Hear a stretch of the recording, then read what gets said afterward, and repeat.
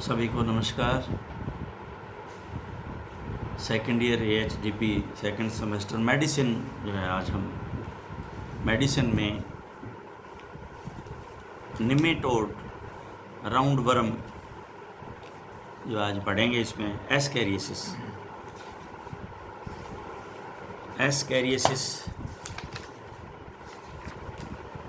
क्योंकि कल जो हमने टेप वर्म कंप्लीट हो गया था, एस्कैरियसिस का जीवन चक्र और इससे रिलेटेड जो है आज हम पढ़ेंगे। राउंड वर्म वो टेप वर्म था, पहले हमने लंग वर्म पढ़े, उसके बाद में हमारे पास ये लंग वर्म में 3 तरह के वो जो थे वर्म्स, लंग वर्म था और जिसमें लिवर फ्लूक हमने पढ़ा। फिर उसके बाद हम एम्फिस्टोमियास पे आए, इसके बाद में ब्लड जो है वो पढ़ा सिस्टोसोमियोसिस ब्लड में, और उसके बाद हमने टेप वर्म पढ़ा। अब जो है हम एस्कैरियसिस निमेटोडम राउंड वर्म में एस्कैरियसिस को पढ़ते हैं। यह रोग एक गोलकृमि राउंड वर्म नियो एस्कैरिस विचुलोरम नामक बेलनाकार अखंडीय नॉन सेगमेंटेड, ये देखिए राउंड है और पिछले उसमें टेप वर्म में सेगमेंटेड थे, इसमें ये नॉन सेगमेंटेड परजीवी के कारण है। नियो एस्कैरिस विचुलोरम परजीवी। दूसरा है टॉक्सोकेरा विचू ओरम कैटल एंड बफेलो में। पर एस्कैरिस इक्वेरम हॉर्स में। एस्कैरिस स्विम, वैसे तो ये स्विस होना चाहिए, अब इसने स्विम लिखा है, पिग में। टॉक्सोकेरा कैनिस डॉग में। एस्कैरिस स्विस होना चाहिए वैसे तो, पिग में। यह पशु के पेट में एवं आंतड़ियों में एक साथ रहता है, पेट व आंतड़ियों में, इसलिए इस रोग को पैरासिटिक गैस्ट्रोएंटराइटिस के नाम से भी जानते हैं। गैस्ट्रोएंटराइटिस, गैस्ट्राइटिस पेट की स्वेलिंग, एंट्राइटिस आंतों की म्यूकोजा की स्वेलिंग जो है वो, इसलिए दोनों में रहते हैं और दोनों में ये गैस्ट्राइटिस भी कॉज करता है और एंट्राइटिस भी कॉज करता है। यह सफ़ेद रंग का गोल बेलनाकार अखंडित परजीवी है। इस परजीवी के नर व मादा अलग अलग होते हैं, यानी कि यूनिसेक्सुअल होता है। इस रोग से सभी पशु, गाय, भैंस, भेड़, बकरी, घोड़ा, कुत्ता, सूअर आदि ग्रसित होते हैं। और इसका जीवन चक्र, लाइफ साइकिल इधर शो कर रखा है, इसको साथ साथ देखते भी चलें और ये पढ़ते भी चलें। Infected host found in gastrointestine tract. ये आप देखें कि ये एडल्ट की ल्यूमन ऑफ स्मॉल इंटेस्टाइन इधर दिखा रखा है, इसके अंदर पड़ा है। यहाँ से ये एग देता है, अंडे देता है, और फीकल मटेरियल से या स्टूल में ये जो है बाहर एग देख लो, इधर आता हुआ दिखाई दिया इन्होंने, ये इसमें एग आ गया। फिर वो 2 सेल स्टेज लेता है, ये बाहर है होस्ट से, 2 सेल स्टेज लेता है। Developed outside of the host up to infected stage. देखिए 2 सेल शेप लेता है, फिर एडवांस्ड, फिर और कई सेल हो जाती हैं, और फिर क्या है, ये एम्ब्रियो बन गया एग से। Embryonated egg with second stage larva infected stage, ये है। यहाँ से ये इंजेस्टेड हो जाता है। अब ये लार्वा हैच इन इंटेस्टाइन के अंदर हो गया। अब ये यहाँ से सर्कुलेशन में, ब्लड सर्कुलेशन में चला गया, फिर लंग्स में चला गया, ट्रेकिया में चला गया, फेरिंक्स में चला गया, और फिर स्वेलोड बाई द, फिर उसमें स्टोमक में फिर चला गया और इंटेस्टाइन में। अब ये यहाँ फिर मैच्योर हो गया और इस यहाँ मैच्योर होने के बाद में फिर इसने एग दिए, वही सर्कल फिर जो है वो फीकल मटेरियल या स्टूल के माध्यम से फिर बाहर, और ये फिर उसी तरह से इंजेस्ट हुआ, खाया पिया किसी फूड के थ्रू, और ये फिर इसी तरह से डेवलप होता। तो इधर जो है ये क्या कह रहा है इसको पढ़ते हैं, और उधर ये डायग्राम से समझाया मैंने। Developed outside the host up to infected stage, swallowed by host with feed and water. Yes, feed and water के साथ स्वेलोड यानी अंदर चला जाता है। Reach to intestine of host then penetrate the wall of intestine. अब ये intestine में चला गया और फिर इंटेस्टाइन की वॉल को पेनिट्रेट करके फिर ब्लड में एंटर हो गया, सर्कुलेशन में देर को। Enter blood stream and migrate by hepatic portal system to liver. ये फिर लीवर में चला गया और फिर उससे right side of the heart, और उसके बाद में लंग्स में चला गया, फिर उसकी एल्वियोलाई में चला गया, reach to trachea and pharynx and then again swallowed and reach to GI tract. ये इसमें पूरा चक्कर दिखाया, और फिर ये मैच्योर हो गया वहाँ पे, और फिर पास इन अगेन फिसीज, एग जो है वो वापस फिर ये फिसीज में या स्टूल में इसके बाहर जो है वो चले जाते हैं, और फिर ये वही अवस्था 2 सेल और एडवांस स्टेज, और फिर ये एम्ब्रियो बनता है, और फिर ये इंजेस्टेड हो जाता है, और फिर इंटेस्टाइन में चला जाता है। इंटेस्टाइन के थ्रू फिर जो है कहीं पेनिट्रेट करता है ब्लड के अंदर। तो इस तरह से ये पूरा का पूरा इसका सर्कुलेशन ये चलता रहता है, लाइफ साइकिल। अब इसके लक्षण जो हैं वो सिम्टम, अपच, पेट फूलना, कभी कभी दस्त, भूख कम लगना, पेट दर्द होना।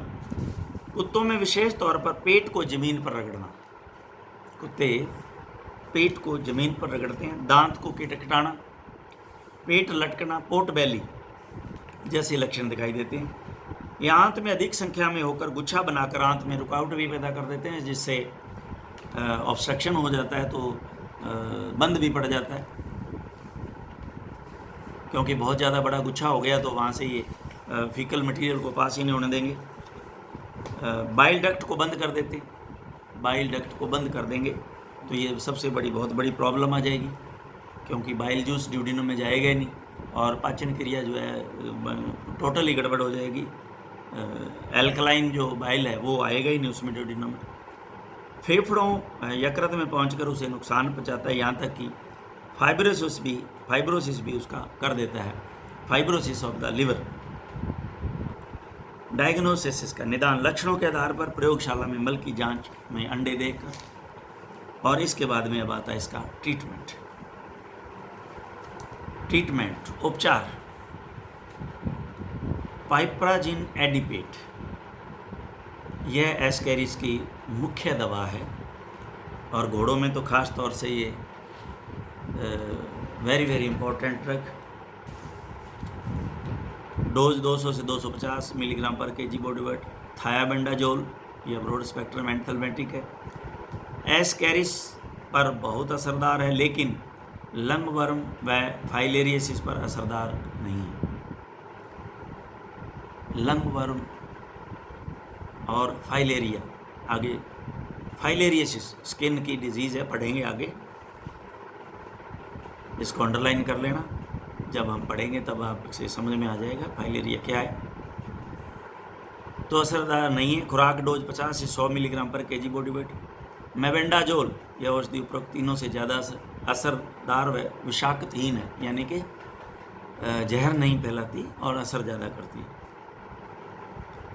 खुराक है 500 मिलीग्राम पर 100 kg body weight. Albendazole, fenbendazole and oxibendazole ये ड्रग हैं। फेनबेंडाजोल मैंने आपको बताया था कि प्रेग्नेंट में दे देते हैं, एल्बेंडाजोल नहीं देते हैं। एल्बेंडाजोल 5 मिलीग्राम पर KG body wait, fenbendazole 25 milligram पर केजी बॉडी वेट, ऑक्सीबेंडाजोल भी 10 से 20 मिलीग्राम पर केजी बॉडी वेट। थायोफेनेट, यह भी ब्रॉड स्पेक्ट्रम एंथेल्मेटिक है। खुराक 20% सोल्यूशन, 15 ml 45 के बॉडी वेट। सीवियर इन्फेक्शन में खुराक जो है वो डबल की जा सकती है। टेट्रामिसोल ये पाउडर जो है वो उपलब्ध होते हैं हॉस्पिटल में, लीवामिजोल, टेट्रामिजोल ये। तो टेट्रामिजोल 15 मिलीग्राम पर केजी बॉडी वेट, लीवामिजोल 18.2%, 2 ml पर 50 kg बॉडी वेट। तो 2 ml पर 50 kg बॉडी वेट, मैंने आपको बताया 300 के लगभग जानवर अप्रॉक्स होता है। तो इसको 6 से कर दो, 6 दूनी 12, यानी कि 12 ml सब कट जो है वो लार्ज एनिमल में मिनिमम डोज होगा, और पाउडर के रूप में 10 मिलीग्राम पर केजी बॉडी वेट। अब जो रूटीन में जो चल रहा है आजकल, सभी में ये लगा देते हैं और सभी में कारगर है, अच्छी ड्रग है। आइवरमेक्टिन, आइवोमैक, यह दवा सभी निमेटोड, आर्थ्रोपोड, ये आर्थ्रोपोड है, आर्थ्रोपोडा नहीं है, आर्थ्रोपोड, लंगवर्म, सर्टेन एक्टोपैरासाइट। एक्टो कौन से होते हैं? जो बाहर होते हैं चमड़ी पे, जितने भी चिंचड़ वगैरह, एक्टोपैरासाइट आदि। ईयर माइट्स, सार्कोप्टिक मैंज और heartworm, micro filaria of dog आदि में असरकारक है। तो ये कितनों को कवर करती है? तो आइवरमेक्टिन याद रखें, इसको इम्पोर्टेंट पे लगा लें, और इसकी डोज रेट ज़रूर पूछी जाएगी 100%, इसकी डोज 100% पूछी जाएगी, ये ध्यान रखना, क्योंकि आजकल फील्ड के अंदर ये मेन जो लगाया जाता है, और लोग जो है डॉग में ज़्यादा डोज दे देते हैं और उसको मार देते हैं, क्योंकि ये ज़्यादा डोज अगर दी जाती है तो ये पॉइजन है। तो इसमें खुराक 1 ml पर 50 kg बॉडी वेट सब कट, ये ध्यान रहे। 50 किलो बॉडी वेट पे 1 ml। तो अब छोटा सा कुतिया आया तो उसके भी 1 ml लगा दिया, चाहे वो 5 किलो का ही है, 10 किलो वाले में भी लगा दिया, 30 वाले में तो लगाना ही लगाना है। ये 50 किलो बॉडी वेट पे 1 ml है सब कट, ध्यान रखना। आधा ml लगाना है, 1/4 ml लगाना है, कितनी लगानी है ये आपको ध्यान में रखना है। और अधिकतम 7 ml लगाते हैं जो बड़े जानवर। ये डोज 100% पूछी जाएगी, इसको अंडरलाइन कर लेना पक्का, क्योंकि फील्ड में आम ये चल रही है, तो ये डोज को याद करा के रटा के भेजेंगे तभी काम पार पड़ेगा, नहीं मारोगे जानवरों। कंट्रोल, प्रिवेंशन, पशुशाला में गंदगी नहीं रखें, गोबर आदि का निस्तारण दूर करें, पशुओं को समय समय पर डीवर्मिंग यानी कि पेट के कीड़े मारने की दवा जो है वो आवश्यक रूप से देते रहें। तो ये आज हमने जो हमारा ये चैप्टर था प्लेटीहेल्मिंथीज, ये हमने जो कंप्लीट किया। प्लेटीहेल्मिंथीज में निमोहेल्मिंथीज भी थे, फ्लैट वर्म थे, राउंड वर्म थे, जिसमें ट्रिमेटोड, सिस्टोट्रिमेटोड में हमारे पास फ्लूक वर्म्स थे, लीवर फ्लूक, स्टोमक फ्लूक और ब्लड फ्लूक हमने पढ़े। सिस्टोड में टेप वर्म हमने पढ़ा, और इसके निमेटोडा में सिर्फ हमने एक ही जो पढ़ा वो है गोलकर्मी। ये जो आज हमने इसको कंप्लीट किया वो है एस्कैरियोसिस। तो ये 3 हैं, इन तीनों को बहुत अच्छी तरह याद है। इनमें से एक 100% लाइफ साइकिल जो इसका लाइफ साइकिल आएगा ही आएगा, ये ज़रूरी है और ये पूछा जाएगा। नेक्स्ट चैप्टर में जब हम नेक्स्ट वो लेक्चर करेंगे तो उसके अंदर हम आहार नाल के जितने भी परजीवी हैं, GI tract, parasite of cattle जो है हम पढ़ेंगे। Thank you very much.